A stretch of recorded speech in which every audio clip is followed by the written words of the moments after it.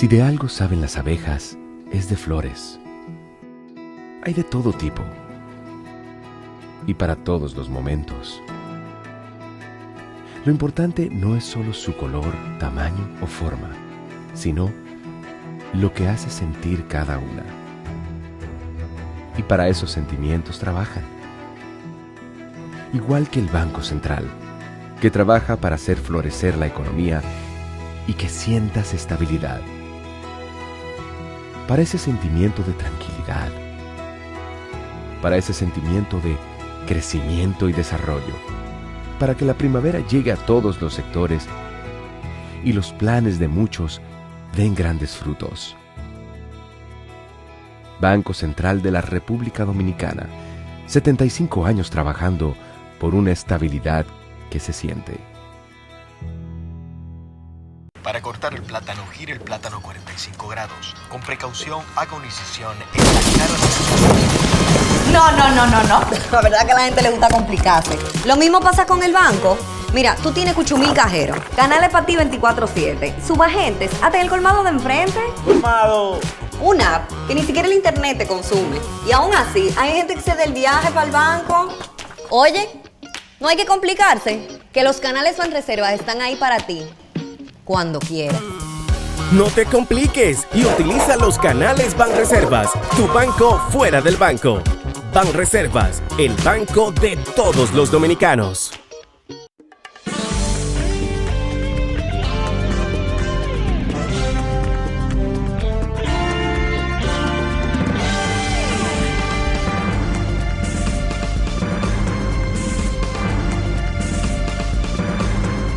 Buenas tardes, amables televidentes. Bienvenidos a su cita diaria crepuscular y nocturna en Teleimpacto, que es al final de la tarde despidiendo el sol o comenzando la noche.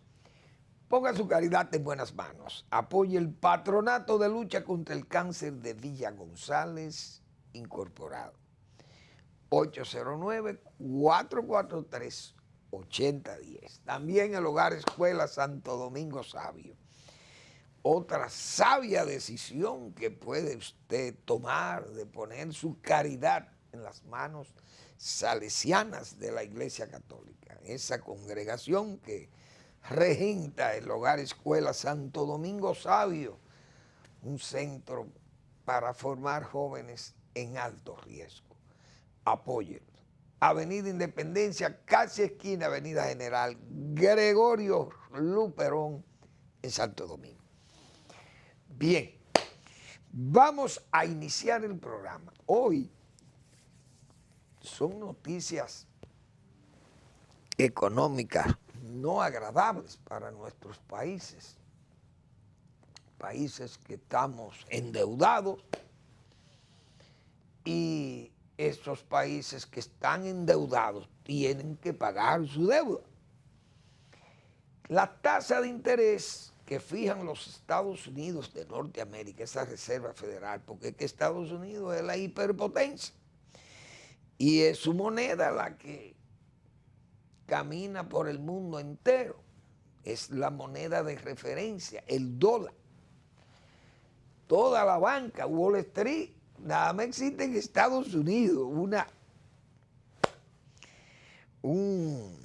¿cómo diríamos? Una bolsa de valores tan emblemática y tan inmensa como es Wall Street. Y todas esas grandes corporaciones y los grandes negocios del mundo hay que hacerlo por vía de los Estados Unidos de Norteamérica, quieran o no sus adversarios. La Reserva Federal de los Estados Unidos acaba de subir la tasa de interés de 4,75 a 5%, es decir, 0,25 más, pero eso son subidas que afectan al globo, porque los pagos, los intereses, las deudas, todo entonces se tienen que reflejar con esos aumentos. Y eso es terrible. Entonces, es la 10ª vez en 13 meses que la Reserva Federal de los Estados Unidos sube su tasa de interés.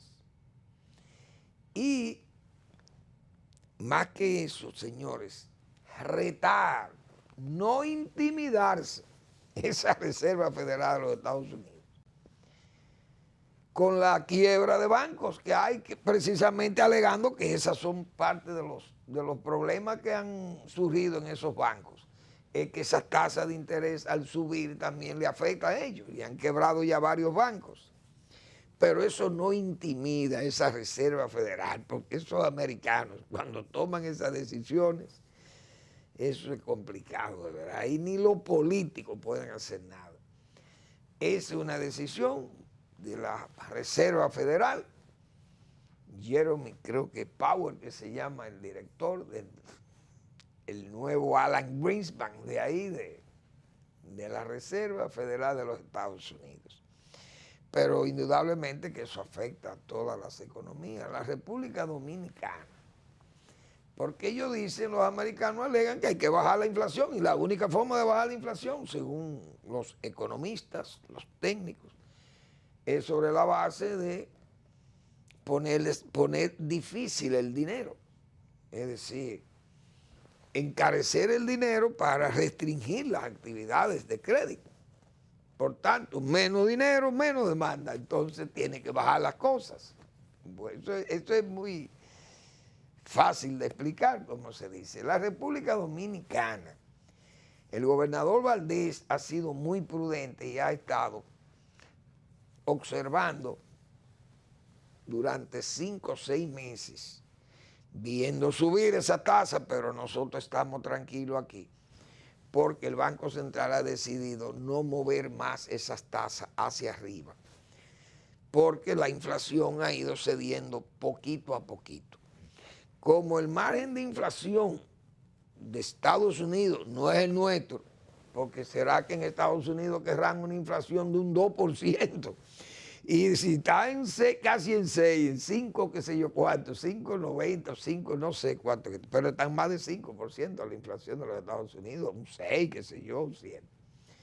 Bajar eso ahí, dicen que va a haber más aumento de la tasa de política monetaria de la Reserva Federal, es decir, que no se paren 5, porque ellos van a bajar la inflación, dice. Pero la de nosotros está en 8, 8,5, creo, no recuerdo, 8,5. La tasa de interés, pero el banco la tiene frisada y no ha habido más aumento. Aún suban en los Estados Unidos, que son tasas de referencia para toda la banca, los bancos centrales del mundo casi siguen ese patrón de la Reserva Federal de Estados Unidos. Pero indudablemente que eso no es una noticia agradable para las economías como la nuestra, que dependemos de esa economía norteamericana y tenemos fuerte deuda que tenemos que pagar también y los intereses se complican. Bueno, entonces el petróleo ha tenido un descenso importante también, es decir, $69, creo, y el gobierno dominicano impertérrito, eso no se mueve. Oh, el presidente anda por Londres y su señora, y el ministro de Industria y Comercio por Dubái. Y la gente desesperado porque los precios de los combustibles están muy altos.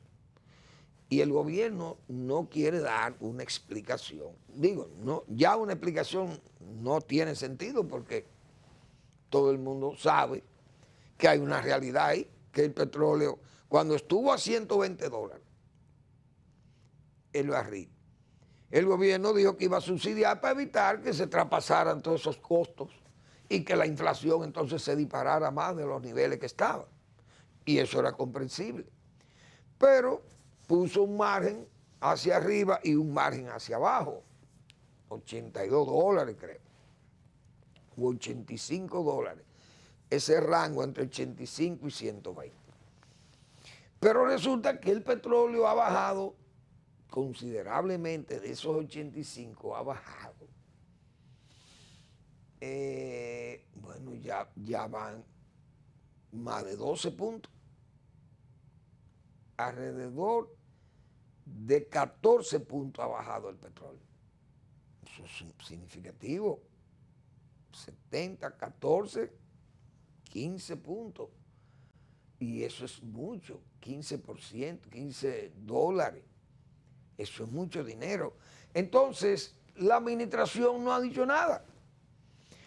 Y la gente está pagando el combustible muy caro ahora porque ya no hay que subsidiarlo. Al contrario, el gobierno lo que se está es cobrando, hemos dicho nosotros aquí, que el gobierno lo que nos hizo fue un préstamo a los conductores o a los usuarios, mejor dicho, de los combustibles. Porque el gas de cocina también está ahí. Entonces, ¿cómo es posible que si el petróleo baja a un nivel de 69 dólares, por ejemplo, el gas de cocina tenga que estar a 148 dólares el galón? Entonces el gobierno no puede explicar eso. Se le hace difícil y eso le va a traer problemas al gobierno. ¿Por qué va a traer problemas al gobierno? Porque si el gobierno no toma una decisión con ese asunto de los combustibles, van a haber protestas que se van a agarrar de ahí, y con razón, eso es lo bueno del caso, que se van a agarrar de que el petróleo está bajo y que los precios de los combustibles están muy altos, que hay que bajar los precios, incluso no solo bajar los precios y llevarlo a la realidad del mercado, sino reducir los beneficios que tienen los distribuidores, el gobierno por sus impuestos fijos que tiene allí, etcétera, etcétera.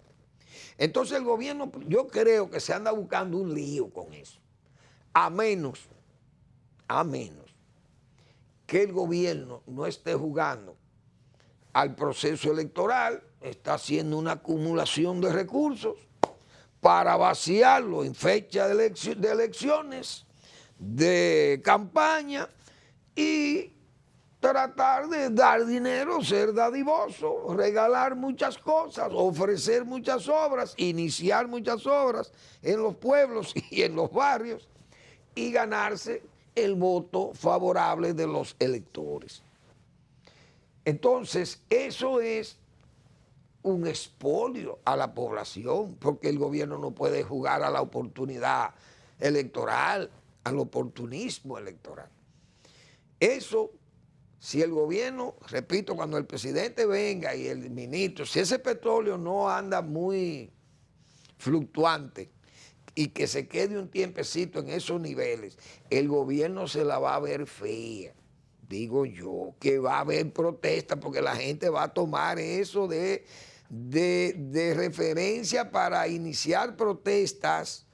Señores, que si aquí se protesta por arreglar calles, por el agua que no le llega, los apagones, etcétera, etcétera, cuando usted siente que los bolsillos están pagando ese petróleo, esos derivados del petróleo por encima de lo que debe ser, porque si baja el petróleo también tienen que bajar, o mejor dicho, si bajan los precios de los combustibles, tienen que bajar los pasajes porque la gente también se resiente. El gobierno quiere que la gente esté tranquila, pero con el mazo, como dicen, dándole en la cabeza. El gobierno tiene que entender eso. Los pasajes, si usted paga 500 pesos para ir a La Terrena, por ejemplo, un autobús, que además de eso tiene que pagar, señores, un abuso. 400, paga un carro, 400 pesos, un autobús, un microbús de esos autobús, pagan 1,000 pesos para ir y 1,000 pesos para regresar solamente al Catey. Del Catey a La Terrena. Cuesta 2,000 pesos el peaje a un microbús. Por no citar carros privados, ligeros, que ya casi no hay carros públicos que lleven gente a distancia así, a menos que sean taxis. La gente viaja en autobuses. Es decir, un microbús paga 2,000 pesos del Catey a La Terrena. Entonces tiene que pagar, señores, otros miles de pesos del peaje de la carretera, desde Guaraguao hasta las Américas. ¿Cuánto tiene que pagar? Por lo menos los vehículos de ligeros, los carros, pagan 460 pesos. Imagínense un microbús cargado de pasajeros también debe estar pagando 2,000 más. Es decir, si usted le baja los precios a los combustibles, tal vez esta gente pueden bajarle el precio al transporte, al pasaje, y así es que la gente está, pero el gobierno está como jugando con candela con eso. Bueno, vamos a una breve pausa y regresamos.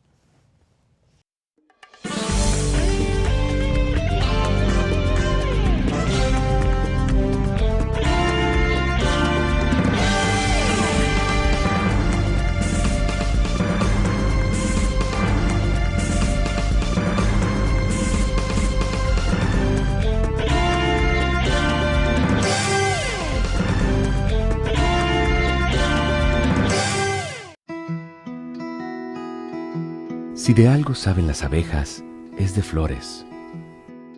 Hay de todo tipo y para todos los momentos.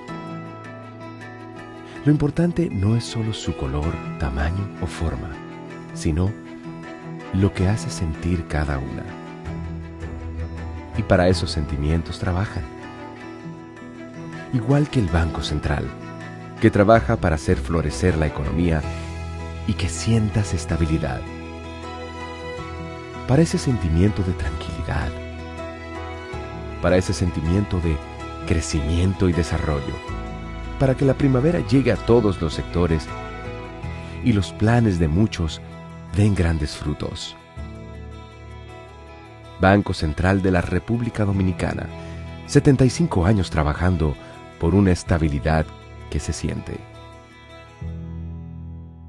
Para cortar el plátano, gire el plátano 45 grados. Con precaución, haga una incisión en la cara de... No. La verdad que a la gente le gusta complicarse. Lo mismo pasa con el banco. Mira, tú tienes cuchumil cajero, canales para ti 24/7, subagentes, hasta en el colmado de enfrente. ¡Colmado! Una app que ni siquiera el internet te consume. Y aún así, hay gente que se da el viaje para el banco. Oye, no hay que complicarse, que los canales Banreservas están ahí para ti, cuando quieras.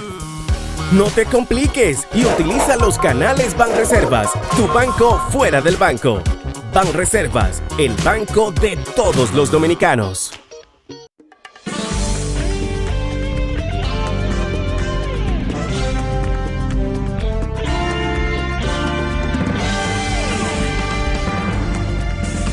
Bien, señores, risible lo del genocida de Rusia. Dios mío, ¿cuántas cosas vamos a oír de esta guerra Rusia-Ucrania que involucra al globo? Y tenemos que hablar necesariamente de esta situación, porque vemos cómo los genocidas y los dictadores generalmente son muy cobardes. Y más si son de esos climas fríos, de Europa. Esos son cobardes. Porque aquí, por lo menos, Trujillo demostró que era guapo. Se fue a pelear sabiendo que estaba perdido ahí. Y Lili, si lo deja, también tiró. Sacó su revólver. Yo creo que llegó hasta a disparar. Ulises Ro, cuando fue ultimado o ajusticiado. Trujillo también. Se dice que sacó su arma para disparar, para pelear, y le dijo a su chofer, párense que vamos a pelear. Esos son los dictadores de por aquí. Ahora, los dictadores de Europa, frío, esos son unos cobardes. Lo vimos ahí. Hitler se suicidó. Stalin murió en su cama, pero eso, eso no servía. Ese también era un cobarde. ¿Quién es más? Franco murió en su cama. Ese murió tranquilo ahí. Lo que quiere decir que fue exitoso.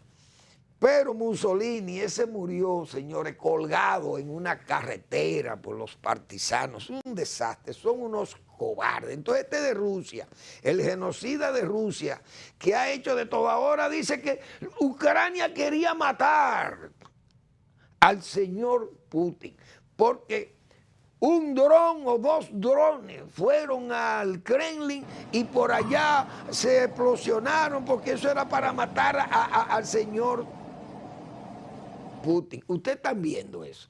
Miren, esa cúpula con unos drones viejos sin carga prácticamente, puestos por él.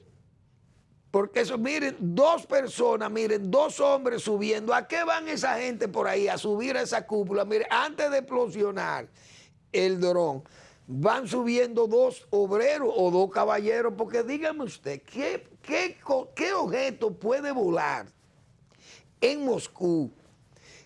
Ni que drones que vayan a volar allí, que no lo detecten esos radares de Rusia y eso lo destruyan inmediatamente. Eso es un montaje. ¿Qué ha hecho el señor Putin, que está en camino de su derrota? Porque moralmente está derrotado y militarmente también está derrotado. Esa es la verdad, monda y lironda. ¿Y por qué pasa eso? Ese espectáculo y que de ese dron explosionando encima del Kremlin, eso es para adormecer más al pueblo ruso, porque él sabe, dice la inteligencia norteamericana, que de diciembre a esta fecha han perdido 20.000 soldados rusos fueron muertos en las batallas contra Ucrania. Más de 80.000 heridos, es decir, que Rusia ha perdido más de 100.000 hombres muertos en esa guerra. Cientos de miles de heridos. Un ejército que ha tenido que apelar hasta a los criminales y a los presos de las cárceles de Rusia, sacarlo para involucrarlo en la guerra y mandarlo como carne de cañón, como para identificar las líneas de tiro de los ucranianos, todo un esfuerzo sacrificial, como hemos dicho nosotros otra vez, un asesinismo. El señor Putin, que es un asesino frío, sabe que está en una dificultad mayor, porque ayer, por ejemplo, China, su aliado China, le falló en una resolución de Naciones Unidas. Por primera vez, China vota prácticamente en contra de Rusia. Es decir, tuvo que condenar la invasión de Rusia a Ucrania, porque 141 países votaron en contra.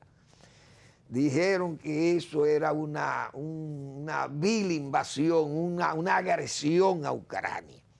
Y China se abstuvo, no lo pudo apoyar. Oigan cómo es que está la situación del señor Putin. Un ejército que está gastado, que no tiene ni siquiera municiones, porque ha tenido que salir a buscar armas, a comprarle armas a Irán y a Corea del Norte, un verdadero desastre. Entonces, esa Rusia de Putin está en una situación muy difícil. Y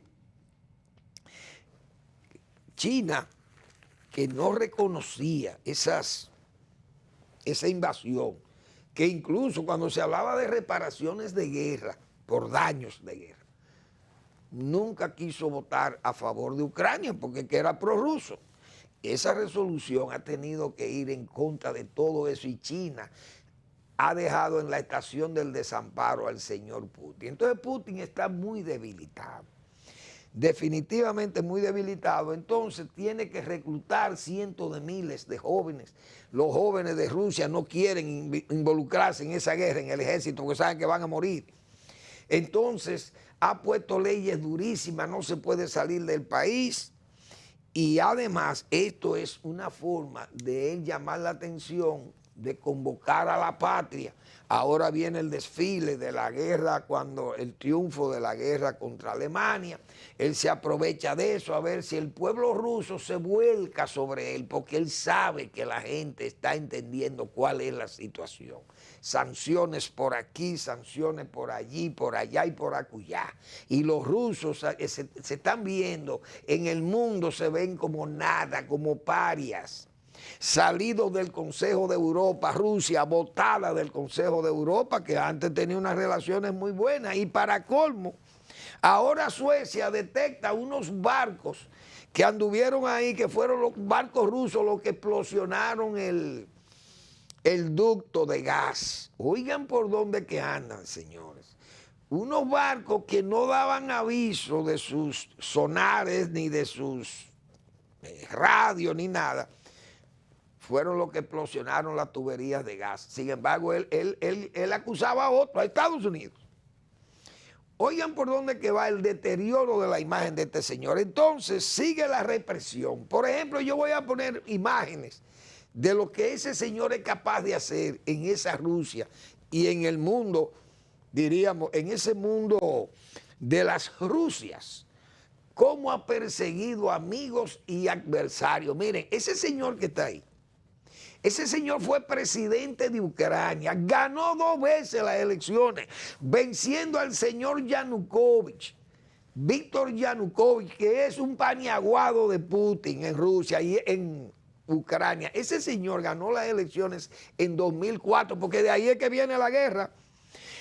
Ese es el señor Víctor Yushchenko. Mírenle la cara. Ese señor fue, su cara dañada totalmente por una dioxina, envenenado, porque le ganó 2 veces las elecciones al candidato de Putin en Ucrania.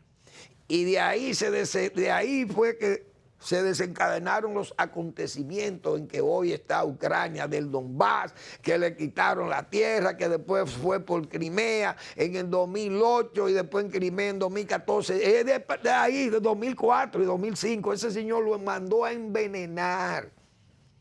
Víctor Yushchenko, expresidente. Miren, aquí vamos a mostrar algunos de los adversarios del Kremlin, del señor Putin, cómo los manda a matar. Esos señores que están ahí, vamos a ver, miren, vamos a ver, este señor que está a la derecha es el señor Alexei Navalny, envenenado, que estuvo de muerte. Navalny, ese estuvo de muerte y está sentenciado a varios años ahí en Rusia. Y lo tienen en una solitaria, señores, a Navalny, enfermo con fiebre actualmente. Y no le permiten ni siquiera servicios médicos a Navalny. Ese señor que está en el recuadro superior a la derecha. Líder opositor ruso, ese por suerte está vivo, pero se lo envenenaron para morirse y lo salvaron en Alemania. El señor que está a la izquierda de él, ahí, es Alexander Litvinenko, desertor del Servicio de Seguridad del FSB ruso y enconado crítico del Kremlin, asesinado con polonio 210 radioactivo en Londres. Ese era un ex agente del KGB. Entonces mató en el 2007 a Yuri Golubev, cofundador de la petrolera Yukos. Óigase bien, ese señor muere tras volver de China a Londres vía Moscú. El señor Badri Patarkashvili, ese señor que tiene bigote blanco, así como yo, y muchas canas. Ese señor, confidente cercano y socio de negocios del Kremlin, de Boris Berezovsky, un crítico del Kremlin, muere en su casa de Surrey 2 meses después de notificar a Scotland Yard un plan para asesinarlo. En agosto del 2010, Gareth Williams, la policía halla el cuerpo del analista del GCHQ en una bolsa deportiva cerrada con un candado en su apartamento de Londres. Investigaba lavado de dinero ruso. Señores, y ese señor asesino, frío, genocida, tiene defensores comunistas, excomunistas y gente democrática. Defiende a ese genocida. Yo no entiendo. Boris Berezovsky, después de ser un intermediario influyente en el Kremlin, se autoexilia al Reino Unido luego de haberse opuesto a Putin. Lo hayan colgado en el baño de su casa en Sunninghill. Las marcas de su cuello sugieren que fue estrangulado. Ese señor que está ahí a la derecha, antes de los últimos los 2 rostros que están ahí, es el de Sergei Skripal y su hija. 2 miembros del Departamento Central de Inteligencia Militar de Rusia intentaron asesinarlo con Novichok. Ese es un agente nervioso de diseño soviético que manda a utilizar el señor Putin para asesinar a sus adversarios. En agosto del 2019, Selikan Kangoshvili, El excomandante rebelde checheno es baleado cuando camina en un parque de Berlín en Alemania. Un ciudadano ruso vinculado con el GRU es acusado del asesinato. Vamos a seguir con más para que vean quién es el gobernante de Rusia, el señor que aquí hay tanta gente que lo defiende, que lo aclama y que lo quiere, el genocida.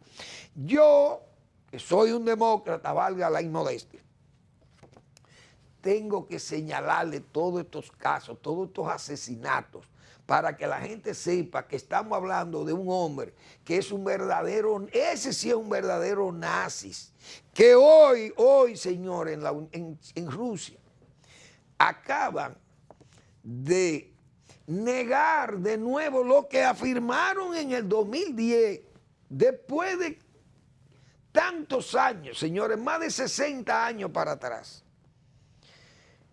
En la Unión Soviética negaban la matanza de Katyn, el bosque de Katyn.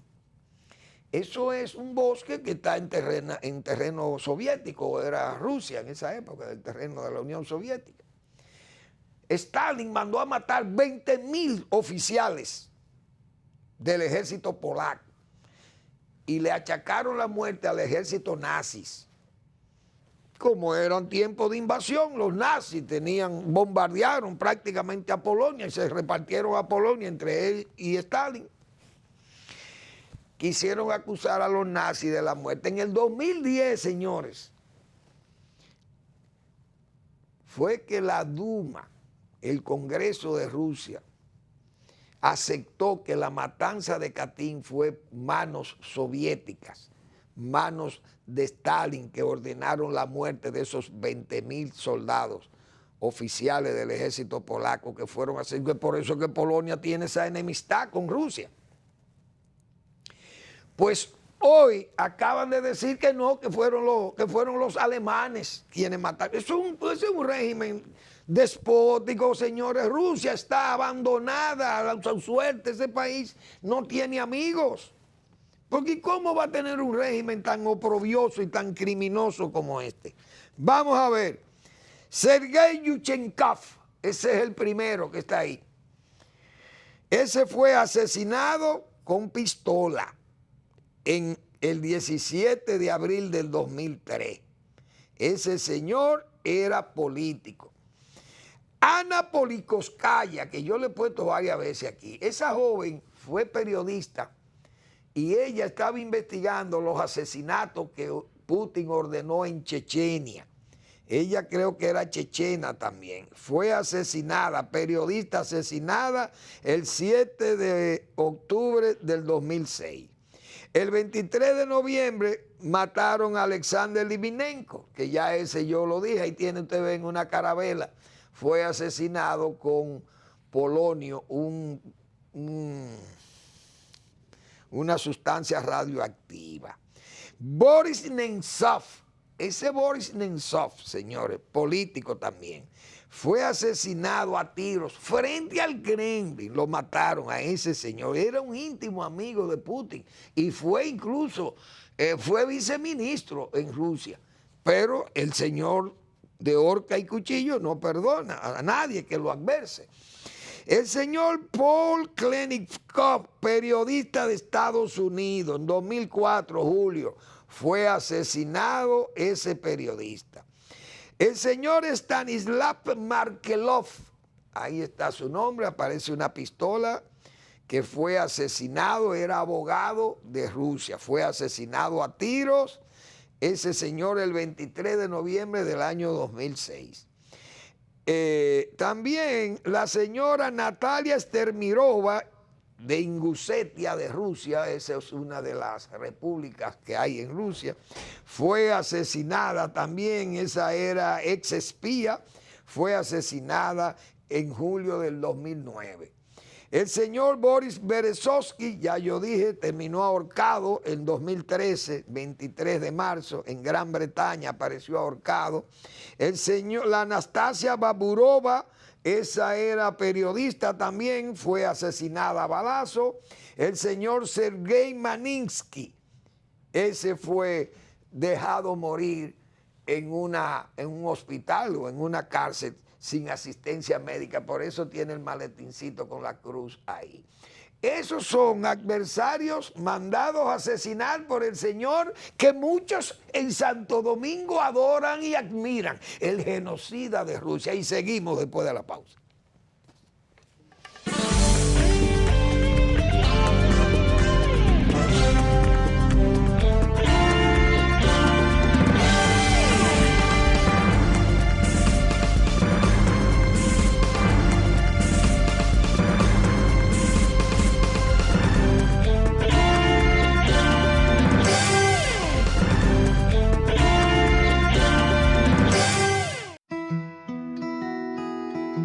Si de algo saben las abejas, es de flores. Hay de todo tipo y para todos los momentos. Lo importante no es solo su color, tamaño o forma, sino lo que hace sentir cada una. Y para esos sentimientos trabajan. Igual que el Banco Central, que trabaja para hacer florecer la economía y que sientas estabilidad. Para ese sentimiento de tranquilidad, para ese sentimiento de crecimiento y desarrollo, para que la primavera llegue a todos los sectores y los planes de muchos den grandes frutos. Banco Central de la República Dominicana, 75 años trabajando por una estabilidad que se siente.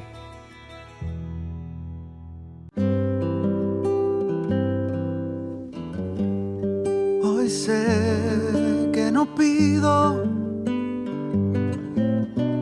ni un rayo de sol para verte.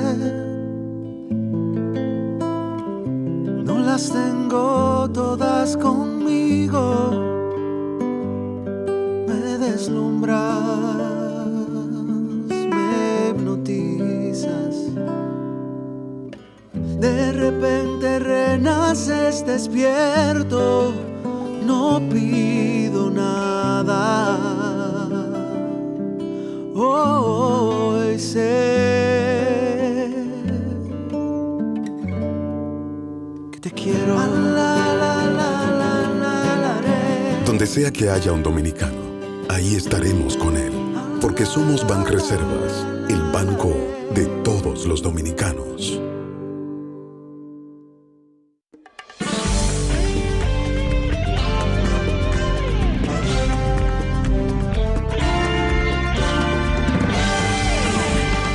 Bien, vamos a seguir. Yo tengo otras imágenes de los oligarcas que han sido asesinados por orden del señor Putin. Gente que fueron sus amigos íntimos, que fueron sus grandes capos en todos esos grandes negocios, los cuales han expoliado a Rusia. Son tan millonarios, le llaman los oligarcas, pero lo han mandado a asesinar en forma burda, haciendo una verdadera tramoya de todo aquello, haciéndole creer a Rusia y al mundo. Como que nosotros somos en este mundo, somos estúpidos, somos eunucos, vaciados de mente. Yo tengo una lista de todos los oligarcas. Vamos a miren los oligarcas. Estos son amigos de Putin que él lo mandó a asesinar por órdenes de él. Ahí tenemos, miren, muertes de oligarcas rusos. Ustedes tienen en su pantalla. En enero del 30 de enero, mejor dicho, Leonid Shulman, el de la izquierda, el número 1. Hallan el jefe de transporte de Gazprom, eso es la compañía más grande de petróleo de Rusia, Gazprom Invest, muerto cerca de San Petersburgo. Se informa que fue un suicidio. El número 2, aparece ahí Alexander Yulakov. Ese fue el febrero 25, un día después de la invasión a Ucrania. El señor fue ejecutivo de Gazprom también, muerto en su casa en San Petersburgo. Fue un suicidio, se informó. El número 3, Mikhail Watford, muerto al empresario nacido en Ucrania en su propiedad en Surrey, en el sureste de Inglaterra. ese también fue asesinado. El número 4 es Vasily Melnikov, el número 4, en la esquina ahí.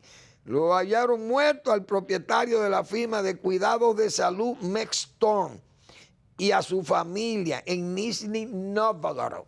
Oigan bien, esos son los amigos de él que lo mandan a matar. Si disienten de él en cualquiera de esos problemas de la invasión que ha generado, todos los problemas que le ha generado a los negocios de Rusia y de sus amigos.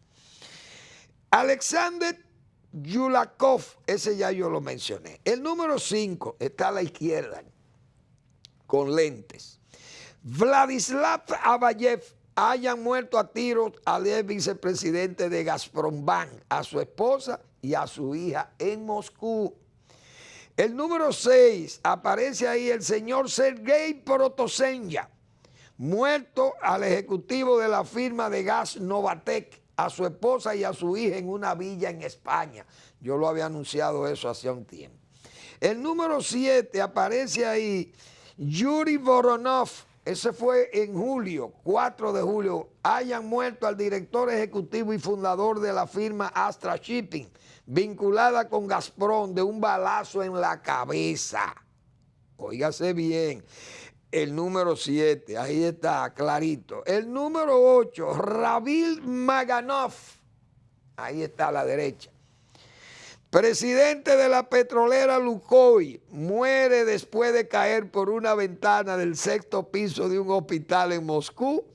Maganov había criticado abiertamente la invasión de Rusia a Ucrania. Señores, ¿ustedes creen que un régimen dirigido por una persona que mande a matar a sus propios amigos, a sus adversarios, tiene un verdadero gulag?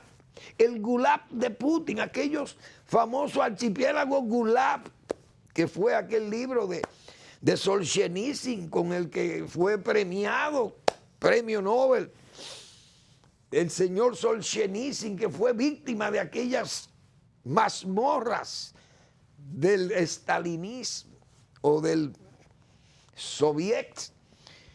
Señores, Putin hace lo mismo. Navalny, eso es una vergüenza. Vi ahí al señor Navalny, 100 intelectuales han pedido que se le dé un trato de ser humano, porque es una vergüenza en este mundo de hoy que en Rusia estén pasando cosas de ese tipo. Eso es una barbaridad. Así le cantó 25 años de cárcel a Vladimir Karamurza, un ex amigo de él, íntimo amigo de él. Le cantó 25 años porque le protestó por la guerra, que dijo que eso es una absurdidad. Incluso atacando a Ucrania, que es un país hermano de Rusia. Y miren con la ferocidad, con la desvergüenza, cómo se manda a asesinar gente, cómo se bombardean ciudades y todo eso allí. Y Ucrania no ha querido bombardear áreas civiles, porque lo puede hacer, porque son vecinos.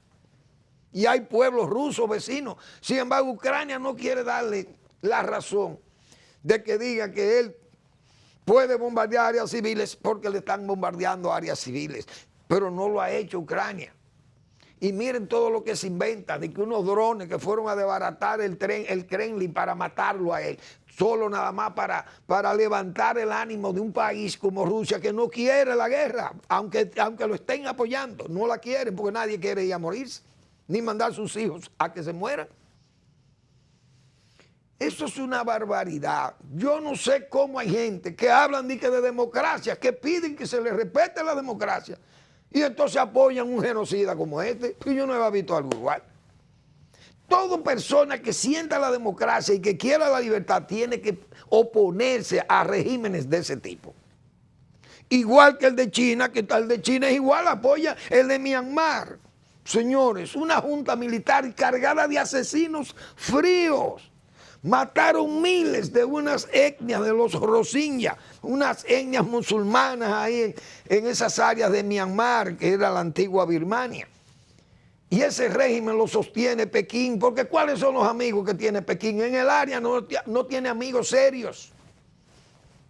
Corea del Norte, Birmania, esa junta militar. Nadie quiere saber de China desde Malasia, Singapur. Usted va a Filipinas, Filipinas es enemigo.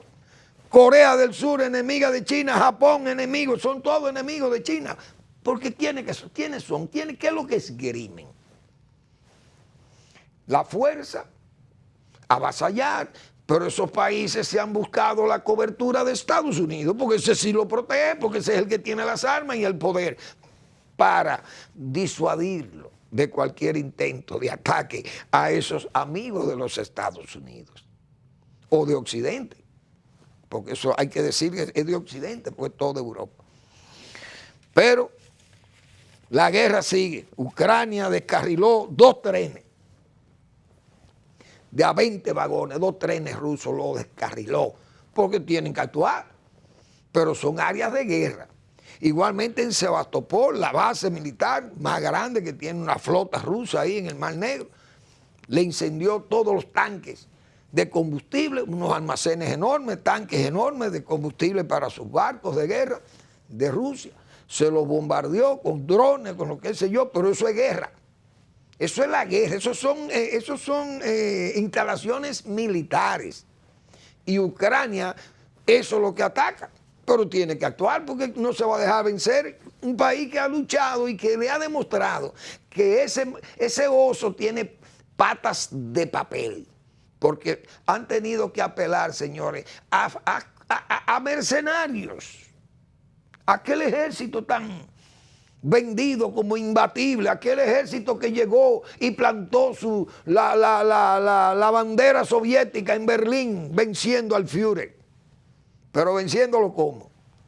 Con el valor de los soviéticos, es verdad. Pero la ayuda de los Estados Unidos ahí era bueno. Estados Unidos cuando le metió 35,000 camiones a Rusia de Stalin, millones de toneladas de combustible y de balas, de municiones, miles de piezas de artillería, miles de tanques y aviones le donó Estados Unidos a Stalin para que venciera a Hitler.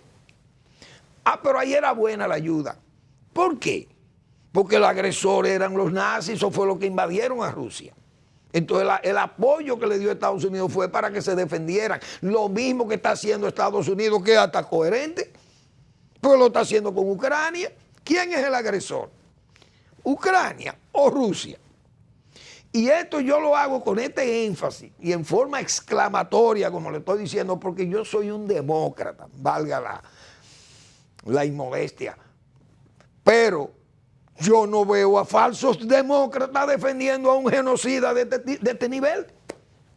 El mundo tiene que estar claro. Fíjense lo que hay. ¿Quiénes son sus defensores en América Latina? Los dictadores, vulgares, criminales, delincuentes o ineptos. Porque el de Colombia es un inepto. Son ineptos. El de Venezuela, un corrupto y dictador y criminoso. Y en Nicaragua más, y los de Cuba peor. Esos son los amigos del Kremlin. ¿Qué democracia, señores? Si vamos a hablar de democracia, fue lo que dijo Winston Churchill. El peor sistema de gobierno es la democracia, con excepción de todos los demás. Qué buena expresión, excelente expresión. Bueno. Señores, lo de la Cámara de Cuentas, eso raya. Pero a mí no me sorprende, porque si hay una persona que a tiempo dije que ese señor tenía una cara de estúpido y de inepto, cuando fue escogido hace un par de años, fue escogido como presidente de la Cámara de Cuentas. Nosotros dijimos, ese hombre no tiene carácter para dirigir esa. Mírenlo ahí. Ahí está. Lo dijimos en esa época, yo recuerdo, perfectamente lo recuerdo. Miren con la irresponsabilidad. Yo soy un preso de confianza que hace allí. Eso tiene que ser disuelto ya. Pero es lo que siempre, ese eslogan que hemos dicho. Al PRD, PRM, a esa familia política, se le echa de menos cuando está en la oposición. Pero cuando está en el poder se le deplora. Porque es que, señores, ¿cómo es posible que un gobierno presidido por Abinader, un hombre joven ya, que uno entiende que viene con una visión nueva, tenga que escoger una mediocridad de Cámara de Cuentas como esa. Hoy no hay una auditoría que se pueda creer porque el señor es un tigre. Acusado ahí de acoso sexual a compañeras de trabajo, miembros de ese pleno de la Cámara de Cuentas. Entonces es una institución que no puede funcionar con un 2%. Él mismo admite que solamente un 2% se ha podido trabajar de lo que se ha planeado hacer en esa institución, en ese cuerpo. Eso no sirve, no funciona. No hay una auditoría que ese cuerpo haga que se pueda creer. Pues lo hemos dicho otras veces. ¿Y a dónde que va a terminar eso? Del teleférico, esos costos, que sepan que ese tipo de servicio de la Cámara de Cuentas solamente se dan a los gobiernos que pasaron. Las auditorías nada más se hacen para saber qué pasó en los gobiernos pasados, valga la redundancia, pero los gobiernos presentes no se auditan. Entonces, ese teleférico, que sepan lo que lo están haciendo, que lo van a auditar mañana, porque ahora está todo bien, la gente se aprecia. Cuando venga la auditoría y revele que hay daños al erario, entonces nos damos cuenta quién es serio y quién no es serio. O quién decía que era y después terminó, como pasó en ese gobierno 2000-2004 y en todos los gobiernos. Nadie era más serio que el gobierno 2000-2004 de Hipólito Mejía y las manos limpias de Salvador de Blanco. ¿Y dónde terminaron esos gobiernos? En el hondón, por no decir en el zafacón. Pero yo veo, por ejemplo, el metro. Al señor de Andino Peña, según esa auditoría, porque ¿quién va a creer en auditoría hecha así?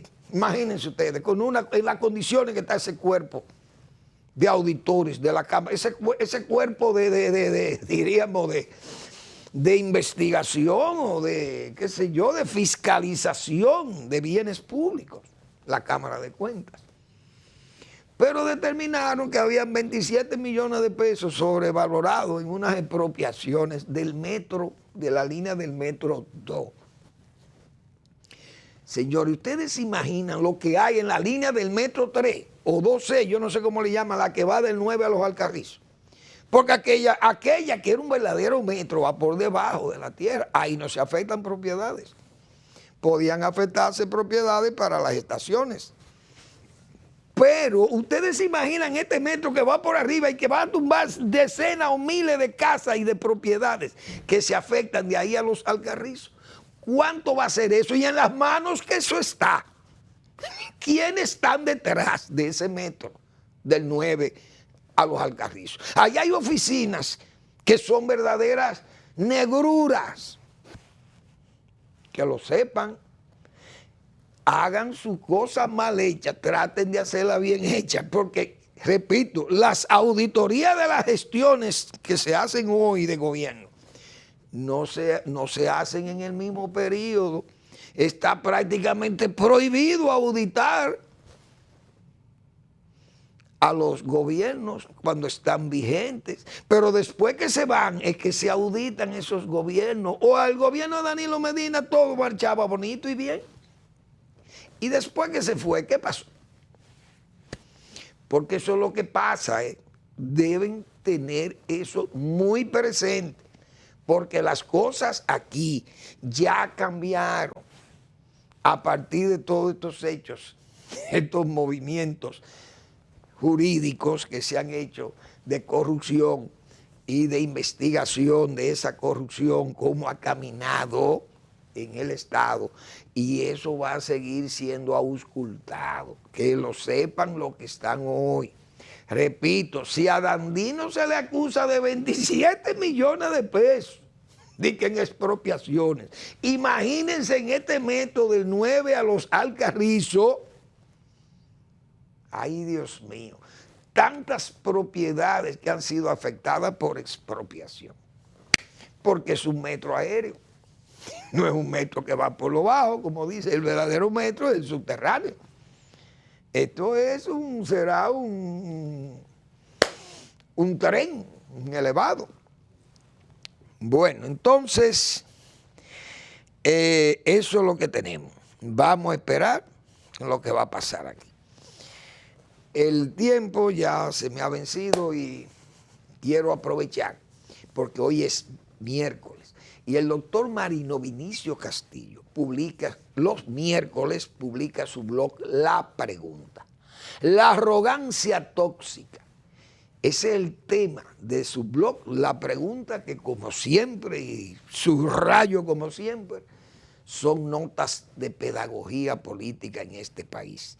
Lea al doctor Marino Vinicio Castillo, que son lecturas verdaderamente refrescantes y que son pedagógicas, repito. Gracias por su atención. Nos vemos mañana en otra entrega de Al Final de la Tarde, despidiendo el sol o comenzando la noche.